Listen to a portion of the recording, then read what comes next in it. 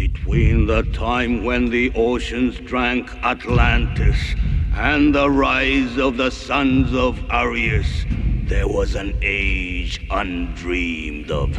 And unto this, Conan, destined to bear the jeweled crown of Aquilonia upon a troubled brow. It is I, his chronicler, who alone can tell thee of his saga. Let me tell you of the days of high adventure.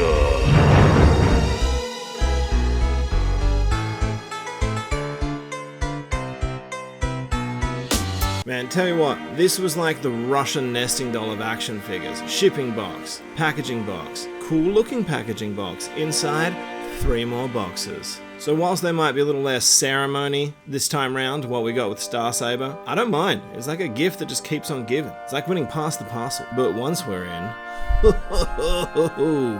it is definitely worth the care and precision with which he has been packed. Look at him, would you? I'll tell you straight off the top, I am already in love with this figure. Everything about him just screams premium, it screams quality. I have heard that some people have had some, some quibbles with some foibles, but I am not about that. For me, for my copy personally, amazing tolerances, amazing apps. He is everything I dared to hope he would be. The sculpt is just incredible. The amount of surface detailing that they've picked out is just the perfect balance. And his proportions and the lines that he hits as he poses out are just so Japanese, and he just feels like he's jumped straight out of the anime. It's like a lot of these apps are so crispy that some of them you'd be like, oh, they must be stickers, but no, just an amazing attention to detail paint job. With the combination of matte plastics, metallic paints, and that beautiful vac metal, his whole deal is just feeling really premium.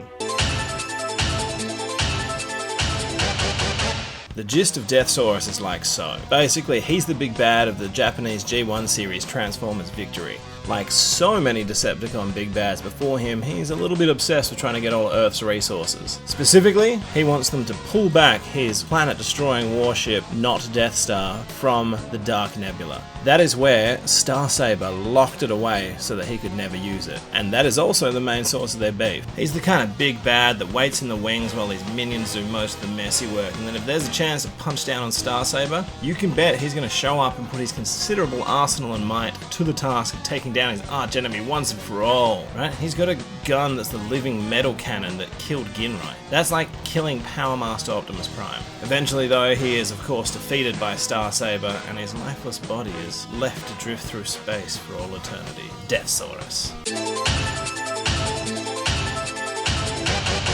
So look, I'm not wearing, complete vac metal tinted glasses. I can see an argument where his articulation might be a little under-articulated for some people's taste for this kind of a release. So the head is on a ball joint, which with his neck, the way the collar is cut, I think you actually get a pretty reasonable amount of articulation out of it. When he's looking dead ahead, he can look, down a little bit for some super evil eyes. As you twist that head, that's going to lift up a little bit, but I don't care, because that looks just as awesome. They fully ratchet all the way around. Beautiful tolerances. Just beautiful. And they hinge all the way up to there. He also has a pretty dope butterfly, but that actually snaps in pretty tight when you're not using it and pulls against this piece. I would put your thumb there if you're going to bend that out. Nice smooth elbows that go just past 90. Bicep swivel, wrist swivel, and the kind of 2 and 2 fingers that I've come to think of as primal hands. His waist is on a swivel, and not just that, you get a little bit of an ab rock out of that waist as well. Maybe it's just part of transformation, maybe it's deliberate. Either way, it's there, gotta count it. Hips are on a universal, that when you move his hip skirts out the way, they can go where you need them to be. Thigh swivel, then I would say just past 90 for those knees. He's got collapsible toes, that then get a bit of back and forth on them, as well as a reasonable ankle tilt, considering what the sculpt is working with. And then his wings, in and out, uppy downy. And that articulation it's fluid. Like, he feels like a physical embodiment of all the style and flourish and funk that Japanese G1 had. You know what I mean? Look at him. Knees hyperextended, hips thrust forward. If that's not classic 80s anime, I don't know what is. You know what I mean? It's like every time I look at him, I just want to watch Fatal Fury, the motion picture. Honestly, he just feels so solid. He feels much more solid than what Star Saber did, way more sure on his feet than Unicron was. He's dense. This is what you would hope from like a HASLAB transformer quality wise. He's got big Emperor of Destruction energy. So, the whole gimmick initially with Deathsaurus was being leader of the Breast Force, which means he is the only double breast master. Tiger breast, and then if you come around to poke out from that side, eagle breast. Their house is on a handy spring-loaded door. So to transform Tiger Breast, first thing you're going to do, pull this piece down, grab that tail, and do your best to flick out this piece as well. On the underside, you're going to take these pieces and pivot them out on their bits. That'll give you the room to lift up those legs, fold them around, and finish out that dog butt. Then flip out the other two legs, position those accordingly, grab that head, and this is also on a slide, so then you just want to slide that forward, and that'll give you a little bit of left and right out of the dog head. It's on a ball joint, so he can throw some pretty mean shapes with his little dog face. He can open his mouth to bite people. Close those back up, fold them up. Eagle chest, bring him around, open up those wings, fold out the wingtips, pull down this piece, fold the guns out of your way, fold up the head, and fold this piece up into the bird chest. And then the last thing you're going to want to do, fan out that tail. He's also pretty good. He actually has like a little ankle tilt, and then those are ball joints. So, you know, he throws more shapes than his standard laser beat, because he can also look around with this. That head can pivot, and that scary little eagle jaw also opens.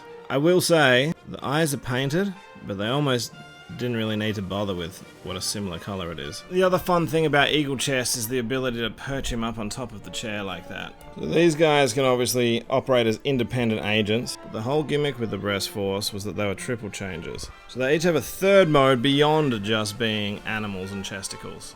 Eagle Chest can also turn into a handgun, a handheld gun. Put the head away, fold the wings back in, make sure the handle's out, boom, gun mode. As is often the deal with larger figures, those tabs there have corresponding tabs inside his mitt, so when you do line him up and get him to hold him, it's actually quite secure. Why you'd want to do this is a little bit beyond me, but the option is there. To get little Iron Man into his beast mode, plug that head back in, fold that tail away, take this piece under his belly, bring it up, and twist out what sort of, I guess, looks like a barrel. Then you want to pivot out the wings again, and just put the legs away like he's in chess mode. Now the way this is going to work is these two tabs here, they'll just clip on to the underside of his arm like he's drawing a bow, which for how shallow a grip it actually is, holds on quite tightly. So any crowd-funded HASLAB figure, they're going to add bits as they hit new goals, and he comes with a whole host of amazing things to be incorporated in all sorts of different ways. If we're going to do this, we're going to do it right, and we're going to start with a throne, because it does more than just look like the inside of an endoscopy video. It's also where you'll find most of his weapons. So first we got his shield. His shield has two main modes depending on how you want to attach it and have him wield it. If you attach this hole to that port to extend the peg, flop down that hidden port, then you can go for that sort of traditional on the shoulder look. Plug it in, shoulder shield, good to go. The other option, plug it in this way, which gives you access to another one of those handles. And so now here's a shield bearer. Then gun, to transform the cannon, it's just on a bit of a hinge, which is a cool flick out thing with the handle. As well as just looking cool, this can come down. These cool mandibles, adding a weird techno-organic element that just makes the gun all the more sinister and feel like it's something straight out of Halo. As well as clicking sturdily into the hand, it also has those two tabs for his shoulder up there. You can wield it one-handed like this. If you go to the other side of the cannon, you can get him to do a double grip. This is where you can bring in some of the blast effects that came with him. Now look, if that's not some good wholesome gun-like fun, I don't know what is. What I also really like is the ability to put another blast effect in the back of it. It's like he needs to be, stabilized in space, or there's so much heat that it needs to vent out some of the excess force. Then his sword, it is as big as it is awesome, which is to say, very. Same handle. Now tell me, that is not awesome. This sword would have Sephiroth double take. And the good thing is, his tolerances are strong enough that whatever shape you want him to throw sword-wise, he's going to be up to the task. His arrow. To get the arrow to stay in, you just got to flick down this little centerpiece here, and that'll give you a nook. Be able to nook that arrow. Knock that arrow. Notch. which, because of his arm articulation, you can actually get him to get a pretty good bead on that arrow and have it look like he is in fact drawing a bow and arrow. And his mace. This weapon, believe it or not, is a semi-concealed piece. When you need it, just pull it out. Bruce Lee concealed nunchuck style. Look at this guy. He's a martial madman. I love that they did the real chain because it allows for some really menacing poses. And as much as I love the real chain, I do think it would have been cool if there was a couple of fixed chain options just so it could have been in a more dynamic action-y pose. If we bring that throne back in, you can then take the chair from the base, slide in this flight stabilizer, and now it is display stand. So then you can rock some high-flying, death-defying, guy-in-the-skying action. I do feel obligated to say he does also come with these dorks. Also don't particularly care about these two. It's nice to have them. They are good-looking Micromasters. Why not? Finish the set. Alright, now, what do you say we get into a couple of comparisons? You gotta admit, this is a pretty satisfying scene to put together, and they definitely do look good with each other. Man, these guys were definitely instrumental in helping bring about that new age of mecha where they were less blocky, more of that Gundam kind of flavor to it. So I know the Victory Saber set had a lot more going on, and was trying to do a lot more.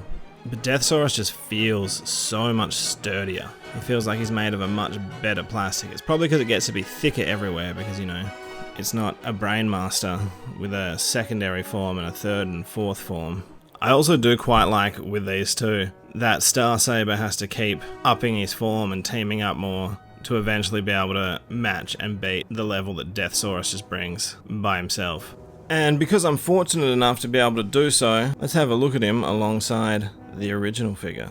What I love about seeing these two together is the anime was trying to bring to life and imitate what you were getting with the toy. And then now with the new figure, you're getting an interpretation of that anime design into a toy. It's like this new figure is the full realization of the concept. One hell of a group project. So, what do you say we do that thing that these guys are famous for doing? Take off the shield, and that bitty bit, because it's easier. Fold it. You can leave those guys in if you want, but it's just as easy to take them out. Lift, fold, close, twist, spread. Twist the arms, collapse. Unpeg, twist. Hip skirts up. Wings hinge down and around. Collapse his ears. Click in, close plate. Open these covers. Hinge them out and in. Tabs to port. Around and tab. Bring out and around. The legs. Collapse the toes. Out, up, down, up. Detach the knees. Fold the legs in. Get the shield. Close it on up. These bits here are going to slot into those bits there. And then those knees close, hold that in place. Tab these parts into the corresponding ports on the side. Alright, let's talk Space Turkey. This is very bad. It's not its fault. As an alt mode, the Space Turkey has always been a little lame. This is actually doing a really good job of representing that lameness. Maybe there's some kind of cultural thing that, you know, makes him seem cooler in Japan. However you want to cut it, Space Turkey, no good. It doesn't matter how good a job you do of being a Space Turkey. If you can be referred to as a Space Turkey, you've already lost the game. So this head can swivel all around the place. It's got this separate neck bit that'll hinge with it so that it never really breaks the look. His toothy beak opens and closes. His little arms are on a universal. They got a swivel and they bend, you know. He's got Johnny 5 energy with those arms. The legs were arms, so they still have that articulation. You get a little bit out of his chicken shin, but not a huge amount unless you fake it. Twisty foot, back and forth foot. You do also get a little bit of articulation out of those turkey toes. You can still access that pivot a little bit, so that's something, isn't it? And then sadly, they didn't really work out anyway to give you any kind of tail articulation. Let's be real, he's not spending much shelf time in this mode. Realistically, other than this video, he's probably never going back into Space Turkey mode again. I don't know about other people's, but on my copy, these bits just do not want to stay tabbed into their home. Whilst in this mode, you can still use the breast force. Eagle chest will still fit in, and tiger chest will still pop on top. Just gives him a spiky wing look, I guess. He can also take the gun and hold on to it, but, you know, let's be real. It takes something that is very, very cool and makes it look very, very silly. Put him to the side and get the flight stand back in the mix. If we were to slide out this section, put it in on an angle, Then put in the little adapter piece that came with it. You've got a notch and a tab there that correspond in there. Then you've got yourself a sky rocket in flight. This is also a good time to get some blast effects into play. You can obviously chuck them in his mouth, but then what I also quite like is that there's space on his feet. So it looks like he's, you know, propelling himself through space. I think the best part about this mode is finally having something to do with those MicroMasters. Now, obviously no one can compare to a Space Chicken, but let's give it a go. Here's his probably closest form friend, Transmetal 2 Megatron. Look, he looks heftier, he also looks a mite bit goofier. So that's pretty well a wrap on Deathsaurus. He's honestly got that Jeff Goldblum quality to him, where your eye is immediately drawn to him. I feel like he's at the pinnacle of what modern Transformers collecting is kind of all about. You big nerd, spend those big bucks, get the big toys. That's everything he can do, has done, and will do.